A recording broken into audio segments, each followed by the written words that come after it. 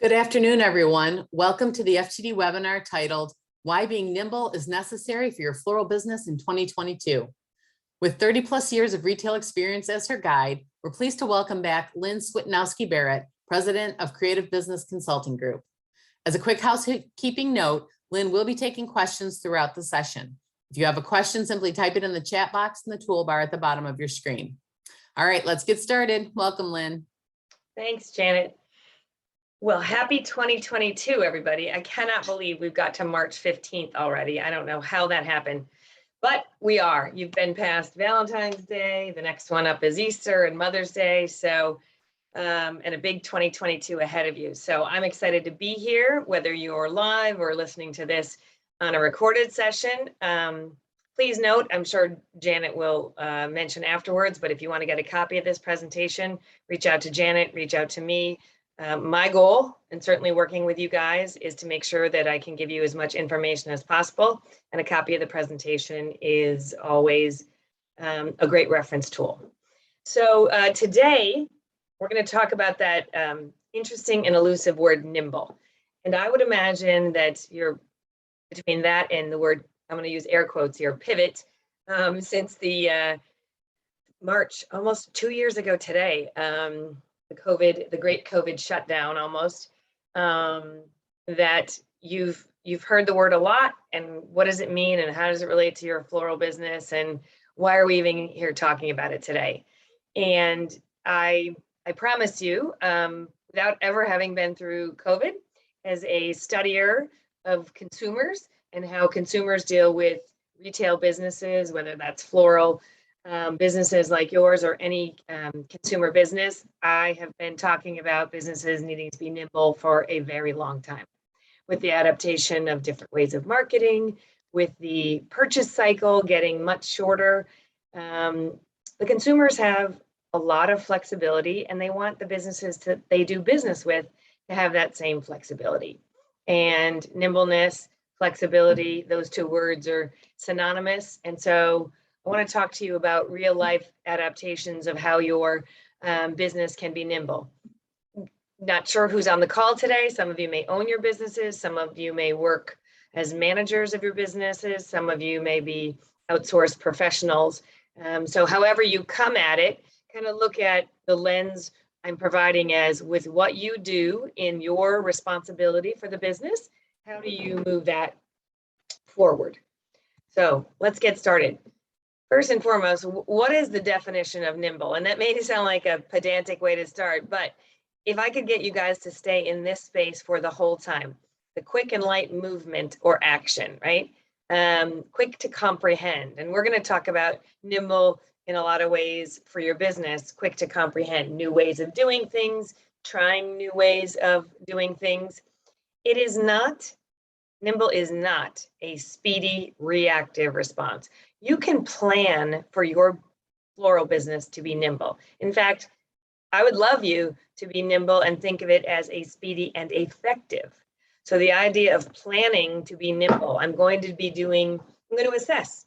These three things are quick, possibly speedy, we'll use that word, speedy ways to have a response to something that needs to get done in my business.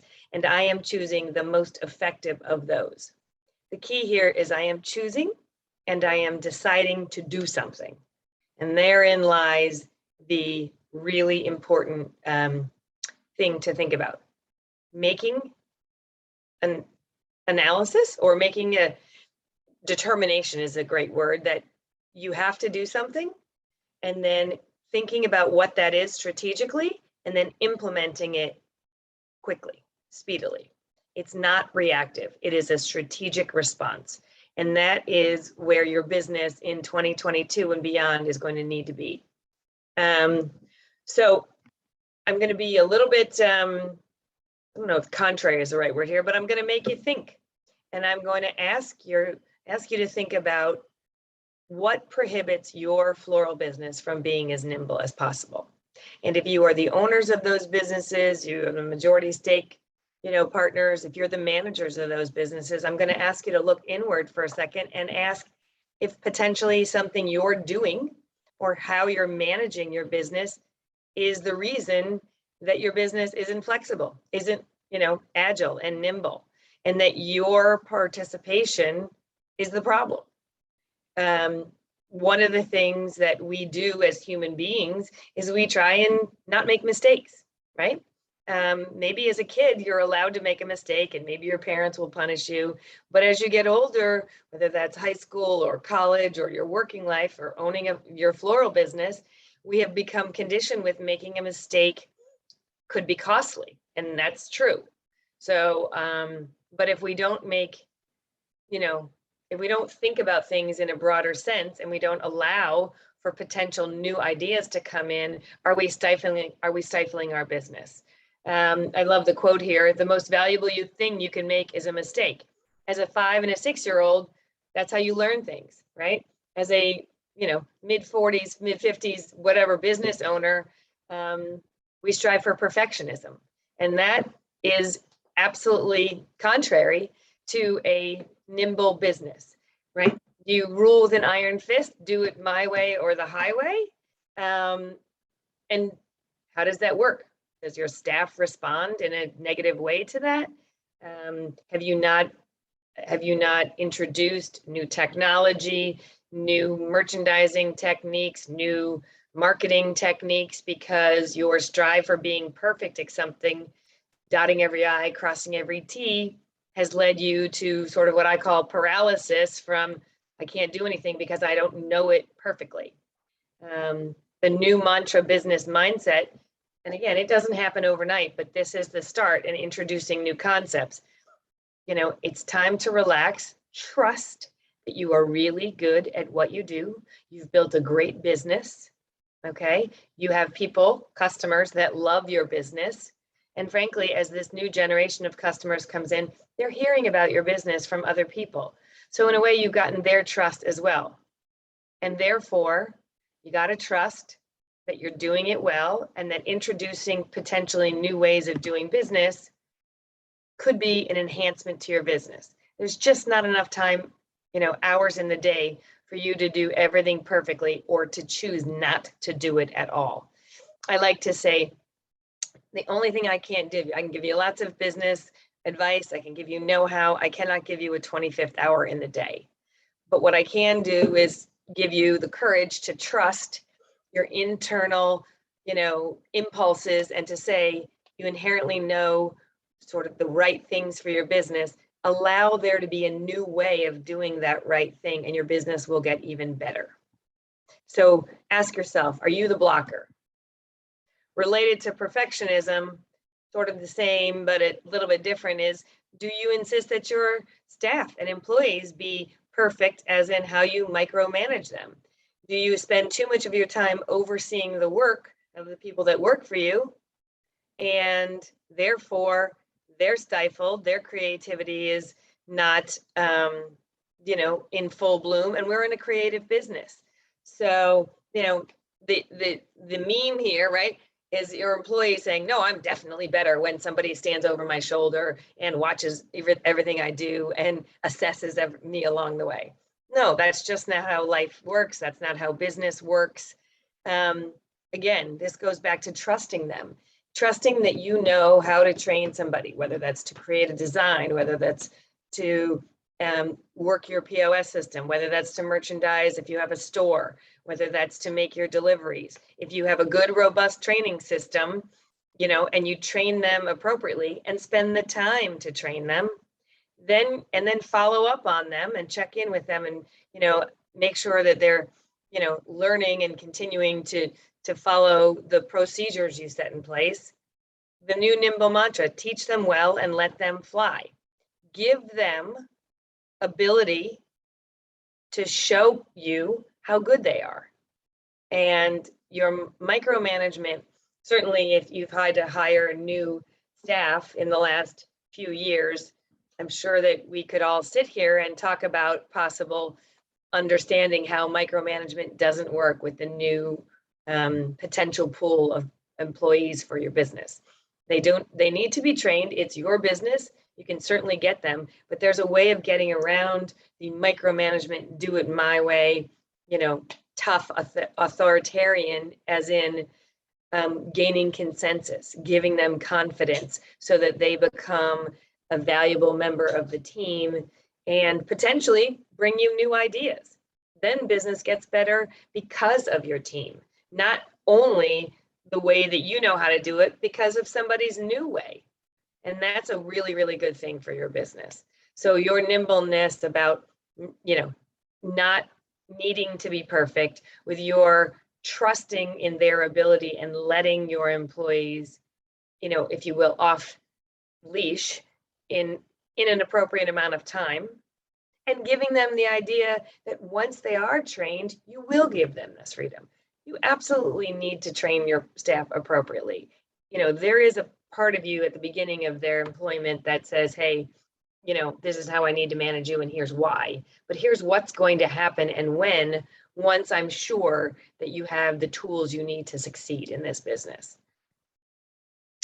And then the third thing, oops, I apologize. I want you to go and think about that is maybe prohibiting you from being nimble is exactly what I just talked about. If you have no documented processes, procedures, and metrics in place to work with your team on what success looks like, they'll never know if they're doing it to your satisfaction. So do you have a process map or a procedure map that says, this is how we answer the phone, this is how we take incoming orders, this is how we respond on our social media, this is how we potentially create a display? Probably in that regard, we're hiring people to be creative. Maybe there may be some more flexibility on the controls there, but what size vase does it go in? How big does it use? How many flowers should be used? What kind of trim should be used? What kind of, delivery route map should we take? There's a lot of different ways in your business that need to be documented so that you can teach your staff and team how to do these things. Then you can follow up with them and make sure they're using the tools appropriately. And then you let them go. And then you let them help you build and grow your business, where their personality comes in and it takes the business to the next level. Yes, you teach them about professionalism and what you want your brand to be, but then they add their own introduction to the brand to make it even better.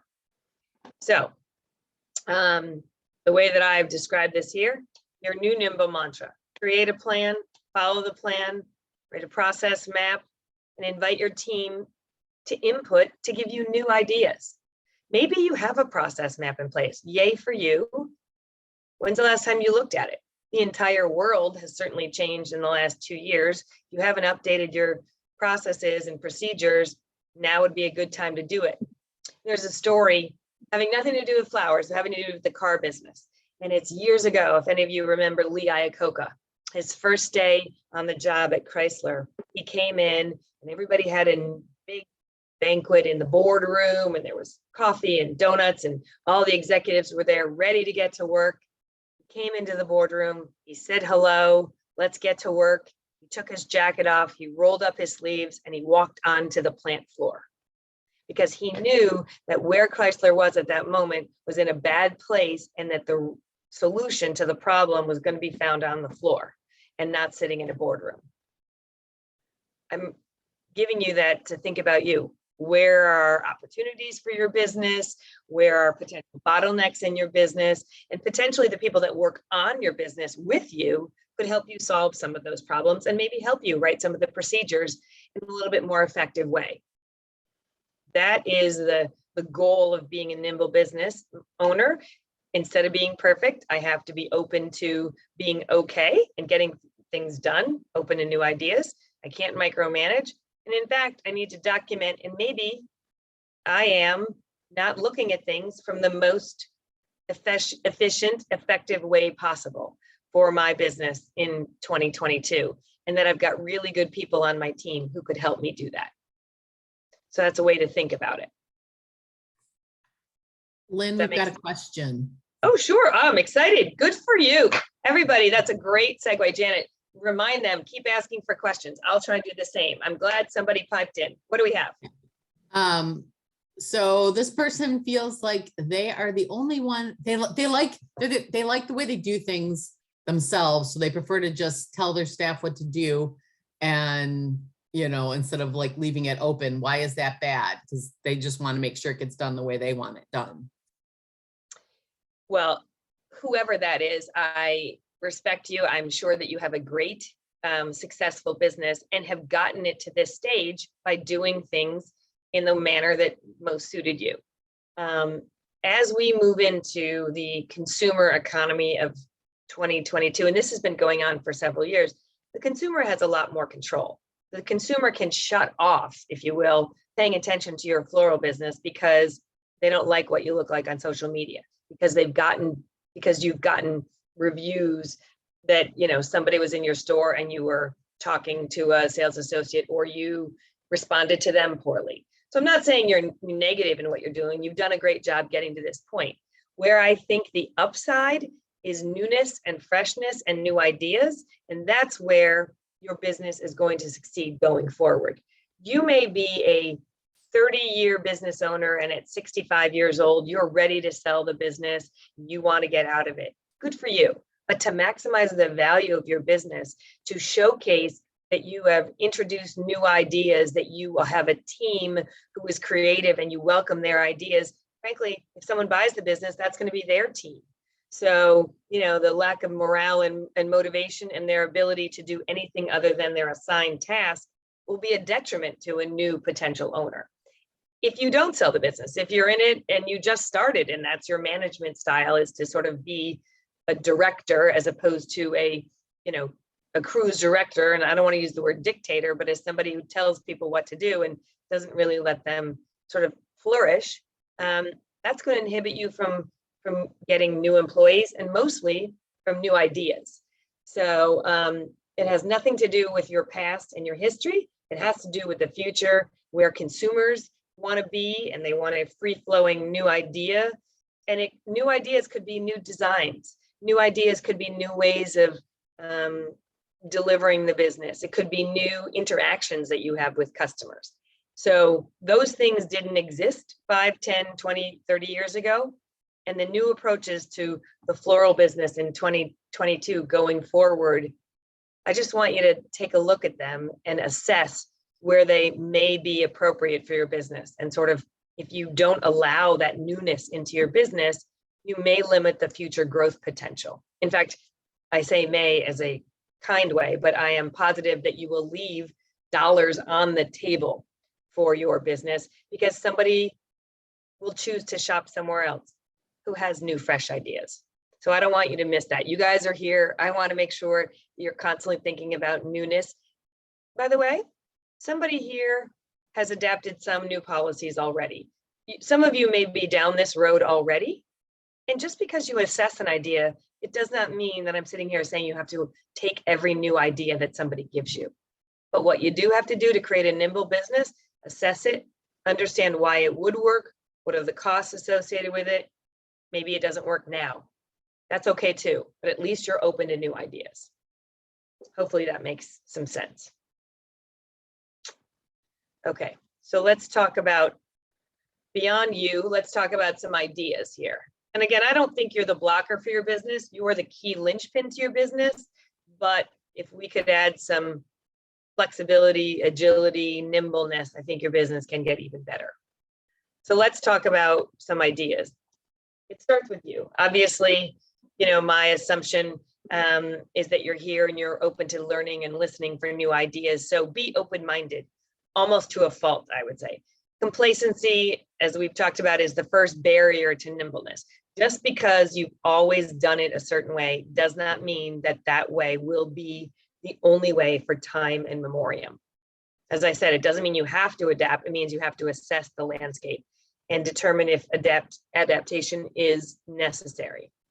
And again, you're here, new ideas. Ask yourself, I suggest this, hopefully we're going back to in-person trade shows, but when you go back to a trade show, your first step of being nimble is that you're here listening to this conversation and with the idea that potentially assessing if in fact I'm not open-minded and I'm not nimble. That's half the battle, is awareness. When you go to a trade show, Do you walk down the same aisles? Do you attend new interesting seminars? Do you look at new products for your business that you never looked at before? That's an openness. Keep that open. Solicit, if you have staff meetings, if you have a sounds silly, but it's the good old suggestion box. Maybe it's a digital suggestion box now. Where are you getting ideas? Have you asked your customers in the last 6 months? You know what I mean? What they'd be interested in seeing from your business. That's a great place to start. That is an open-mindedness to adaptation and being nimble. So as a leader, how do you need to, lead your business or your organization in an agile way, right? And what you need to do to be an agile leader is, we talked about earlier, structural silos is what I was talking about. The delivery guy only does this. He never speaks about helping and giving some ideas on what might be an interesting path. I've got lots of business anecdotes here. The path that UPS drivers take, for the most part, is always right turns, because that moves them faster. Making a left turn into oncoming traffic slows them down. So if you ever look at when UPS trucks deliver, they mostly make right turns in their route. That came from a route driver telling upper management how many hours a week he was sitting in a turn lane to make I apologize, in a left turn lane instead of making a route map that went around right-hand turns. So that is a driver who operationally, logistically changed the business. Do you have your digital, marketing person who has ideas, because they're constantly getting requests from customers via your website, via the chat box, via messages on social media, via reviews that they leave, that there's one thing that could be better or something that, might even make the business better. If you break down structural silos and recognize that as an organization, we all get better, that you as a leader start that conversation. In fact, you embrace that conversation, you will be, your organization will be much better off. Give people the ability to talk, reward them, for talking. Let's go back to that suggestion box idea. In fact, if you, say, put your ideas into a, forum, and if we choose to adapt your idea, there will be some sort of prize, incentive as our way of saying thank you. Then you get a constant, conversation, and you get an organization that wants to embrace change. Again, they don't all have to be adapted.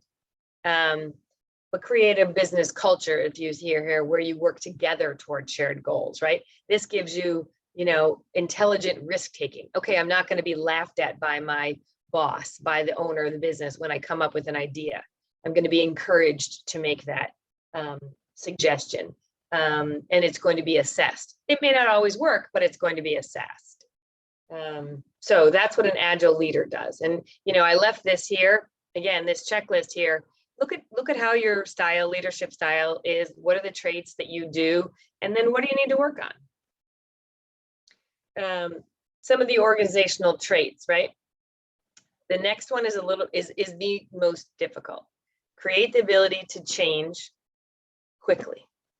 And by that, I mean, I'm an accountant, if you will, by nature, and I assess inventory and plans and how much it's going to cost. And I want to make sure when I'm giving my clients, the best business advice I can, I will go through a series of checks.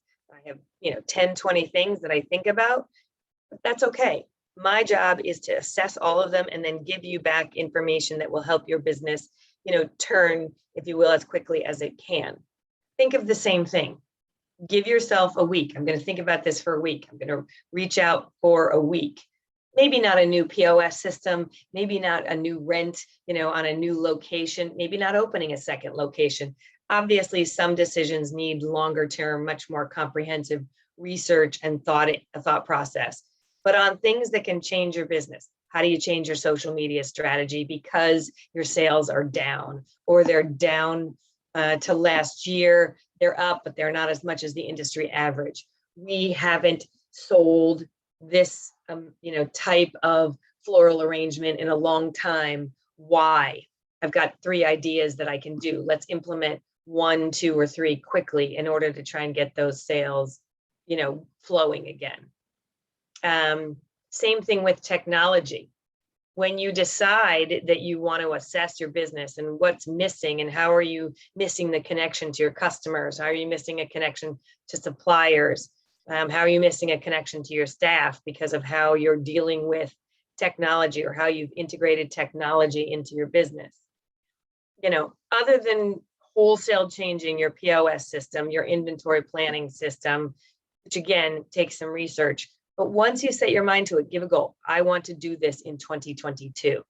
I want to address these changes or some of these changes internally as well as customer facing this year. Some things are a short term, and that's how you put them. This is a short term change I can make. I want to integrate new software, which helps my customers get their orders in quickly, helps them respond to our, social media quickly, respond to their reviews it's a review software. So we get information quickly.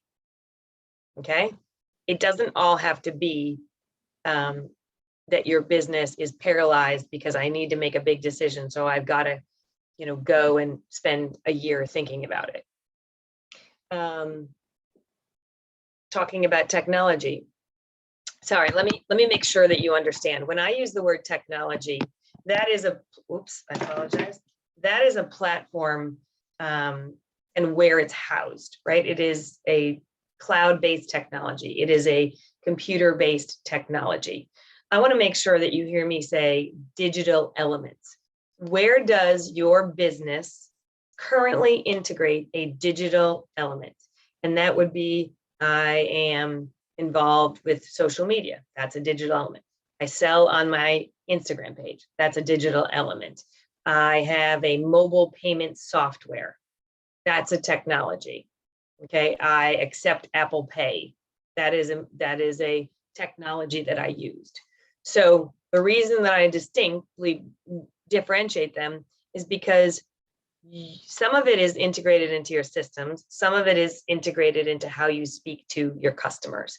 And the key thing is that your customers are becoming digital first, that, if you will, digital natives. The Gen, Y, we used to call them, millennials, is 42 years old. The oldest millennial, if you will, was born in 1980, which at this point is 42 years old.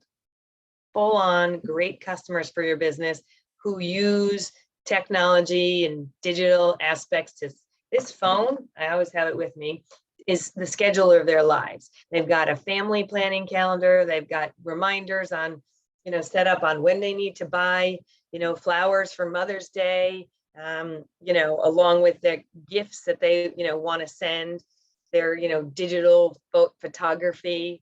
How do you become relevant for these customers every single day when choosing to send, deliver, pick up flowers? How do you make sure that these digital natives find and engage with your floral business?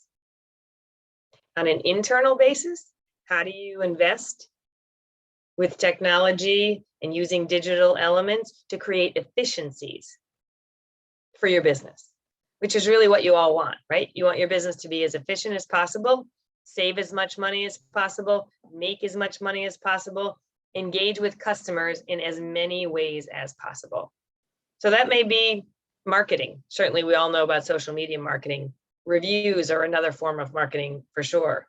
But accounting, HR, payroll, planning, scheduling, right? Whether that's employee scheduling or planning your social media or how you run your operation. So being nimble means you must assess and look to determine where you can integrate as many digital element, if you will, practices as possible across your entire operation, both internal and external, as in customer facing. One of the ways that, small to mid-sized businesses are not keeping up with their customers is they're not using purchase data. You guys have so much data on your customers, when they bought, how much they spent, how many years they've been a customer, their favorite preferences. How are you using those data that you have in real time to continue to engage them? And that would be marketing to them, to follow up with them, to re-engage them if they haven't been part of your business, right? Using the research and purchase data that you have, customer research, if you will, about what they do, how they act within the relationship for your business is the maximum nimbleness. Something happened, somebody bought something, you either delivered it or they picked it up.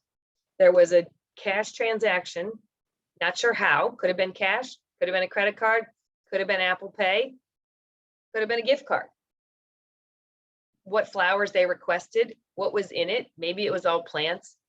I know that seems like, yeah, okay, we know that. That's the key. How do you use that data again? You are coming up on Easter and Mother's Day. Using real-time purchase data says, and there's a shift in the calendar, right? When Easter was last year, when is it this year? That we should be reaching out to those customers. Here's a reminder. Here's what you sent last year. Here's who you sent it to. We've got a great suggestion. Here's a picture or a new product idea. Click here to order. That's how you use purchase data to make your business nimble and to grow your business. Think of it as, 3 phases: pre-store, in-store, post-store. The pre-store phase is right now, getting ready for Easter and Mother's Day, right? Use the data on how people shopped last year to get them to shop again. In-store, how are they using and communicating with you? Communicate with them in the same way. And the one that I feel is most underutilized to keeping businesses nimble is in the post activity. How do you speak to your customers after their transaction? Add a process that makes your business respond. And again, nimble, quick, speed, efficient, right away. Do you send somebody a note 3 days afterwards, whether that's an email, a text, how they want to be talked to? Use the data and speak to them again.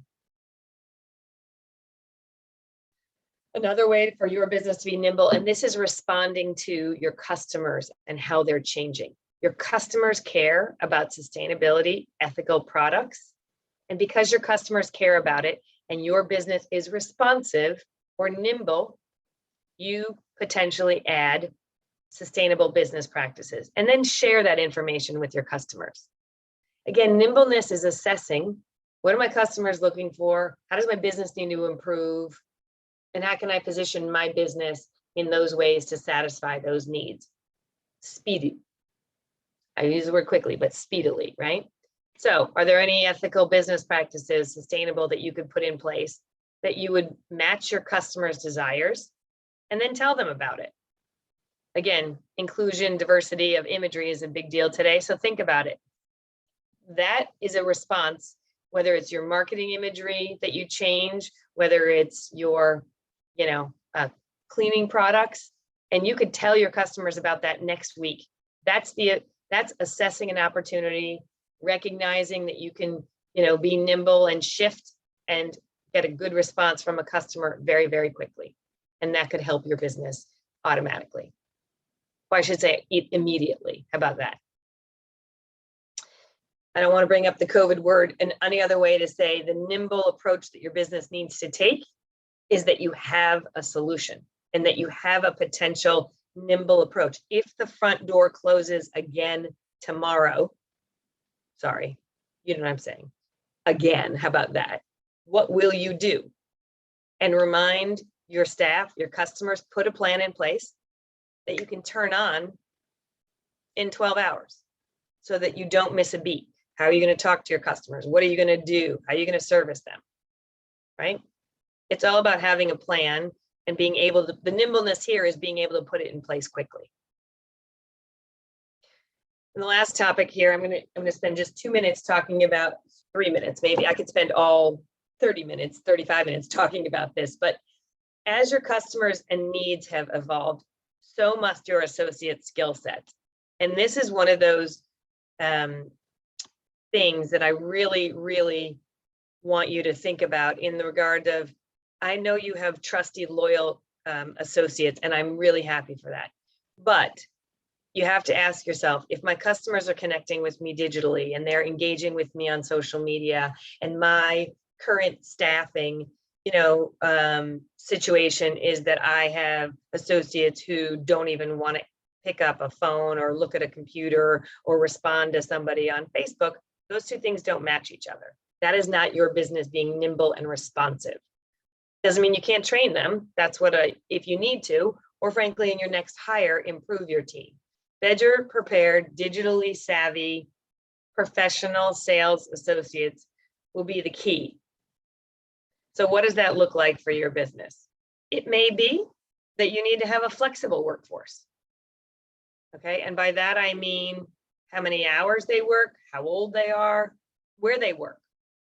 Do you need somebody who manages your social media pages to work in store, or could they work in a state, or a country? I happen to be coming to you today from Canada, right? So we're in a digital environment here, and where your employees work, the job they do for you, and the skill sets that required, you're going to need to be it will behoove you to be nimble and constantly think about your staffing needs. What's the future look like, right? If your front door is opening less because less people are walking in because they're ordering, via their mobile phone or computer, iPad, they're texting you orders. Do you need to have in-house, front cashiers all the time? Or do you need to have as much space? And are you more like a showroom, a digital showroom? So maybe you can use less space and you need more creative space in the back.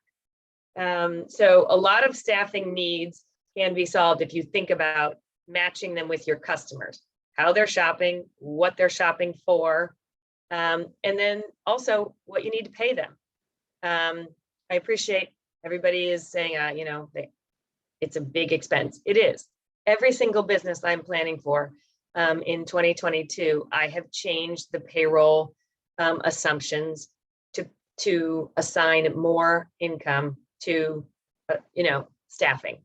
You have to. What do they do? How digitally savvy can they be? Improved technology helps, improve the process.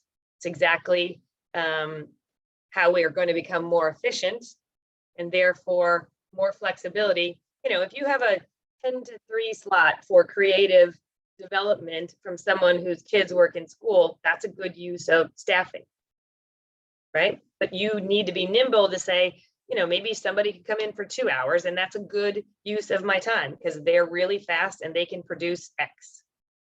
So think about nimble. What kind of staff do you need? What have you had in the past? What do you need now? And the one situation that may end up being relevant for your business is potentially freelance workforce, virtual assistant, virtual social media people, virtual phone, response teams, people who respond to comments or respond to orders. Do they have to be full-time? Should you ramp up your staff during key time periods and not have them on staff all year round? That's a really nimble approach. You have really critical crunch times. Does everybody need to be a full-time employee during that crunch time, or could you staff up, staff down? Freelancers could be people that used to work for you that went in a different direction that still love your business and want to participate. How do you engage those people? Okay, have I given you enough flexibility? Have I given you enough thoughts? I know I've used the word nimble a lot, responsive, agile, and really eye-opening. If I could leave you with one word, it's be open to making the connections. Where's my business coming from? Who are my customers today? How am I treating them? And am I being flexible in coming up with new ideas to meet them? And when I say flexible, I don't just mean one time. I mean my business is constantly looking to be flexible and create the best solution for the time being. And that's what I have. I apologize, Janet, I went a few minutes over, but I had so much to say. No worries. Thanks, Lynn. We do have another question that I was going to pop in that just came in. Why would, because you just talked about freelancers. Why would somebody wants to know why would they use freelancers in their business? Because an employee would need to know the floral business in and out, and a freelancer wouldn't do that. So can you share about that?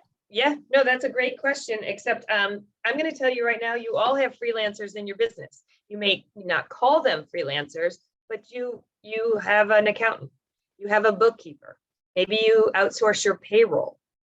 Maybe you have a lawyer for your business. You would think of those as subject matter experts for your business that you bring in when you need them to solve a problem, to create a tax return. Those are essentially freelancers for your business. They know their business very well. They know how to plan and, produce results as it relates to your floral business.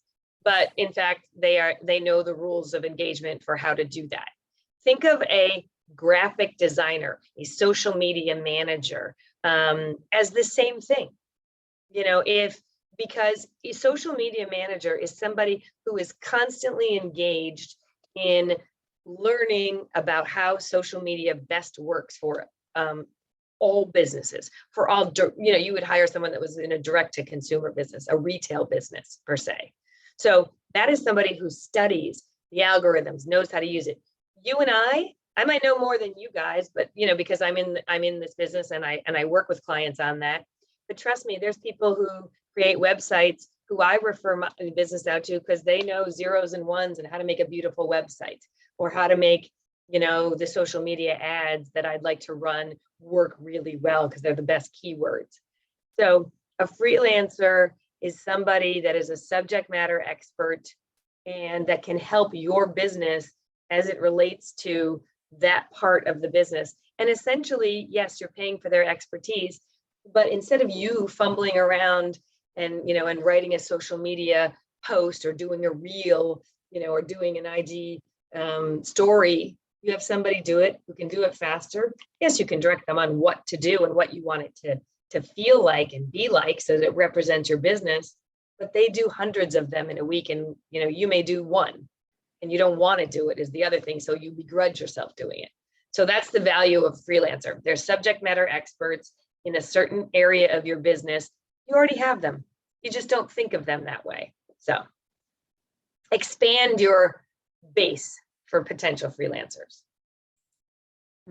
Thanks, Lynn. That helped. Reminder, if you do have any questions before we finish, pop them in the chat. And then let's see, I have another one because they said it always seems to be about time. Everything, not just, what you've shared, but, every presenter, there's always there's not enough time. There's a lot of great ideas. There's not enough time. So as far as being nimble, if they had to focus on one thing, what would you recommend that it would be and why? I'm going to say that you need to be responsive and nimble when it comes to marketing. That could be the bane of your existence or the best opportunity for your business. If you don't constantly assess what's working and what's not working and try new approaches as it relates to connecting with customers, both current and ones you haven't met yet, that could have the quickest detrimental effect to growing your business. Secondary would be, that also is sort of tied in the bigger picture. There is you're meeting your consumers' needs. And, I feel like I've been working with you guys for long enough. I definitely see a lot of business owners who have been doing things really well for a very long time.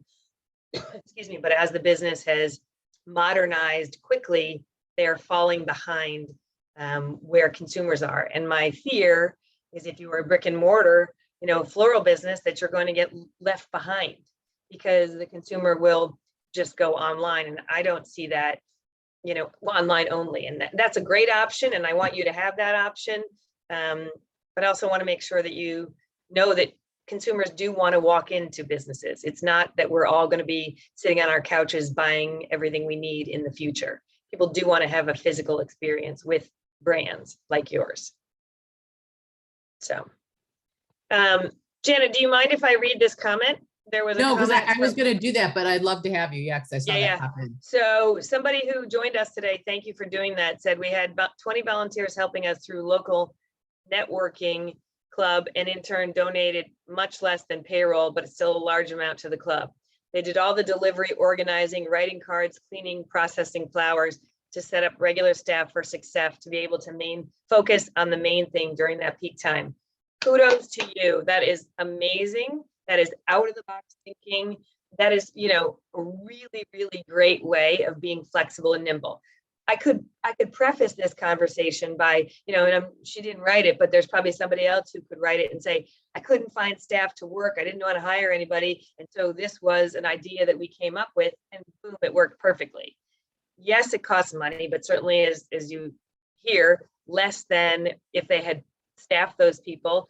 Also, you don't understand the benefit of you showing your internal team that they are now just able to be subject matter experts on what they do, which is creating beautiful displays for a peak time period. So kudos to you. And for the rest of you, somebody within your own ranks here, if you will, came up with a great idea. What they say, imitation is the sincerest form of flattery. So I hope you all will pursue that. Where are other local networking groups in your local community that you can do? Here's another idea, just 1 second. If you have a floral class that you offer, why not barter? Come in, give volunteer hours, get the class for free. We'll get you your supplies. We'll give you the class for free. So you can use it as a barter for X amount of hours. Now you've got somebody that's already involved and wants to learn more about the floral business. And they're gonna take your class, get them to work in the business. They could be the next potential employee because they love it so much. So there's another idea. I could go on, but we'll stop. Well, anybody else who has a question, I'm happy to answer all of them. Janet, just send them my way. Is that a deal? Yes, I do not see anything else in there right now. So Okay. I guess, oh, you've got your contact information I on there as do. well. So if anybody does have any follow-up questions and wants to reach out to Lynn. Otherwise, I just want to say thanks everyone for sharing, for joining us today. Thanks, Lynn, for all the great information that you shared, and a recording will be available on demand on the FTD Mercury Network Florist YouTube channel. And then for more information for education programming from FTD, visit ftdi.com to register for any free upcoming webinars and design shows, as well as viewing any of the other past education programs on demand. So thank you, everyone. Have a great day, everyone. Thanks for being here.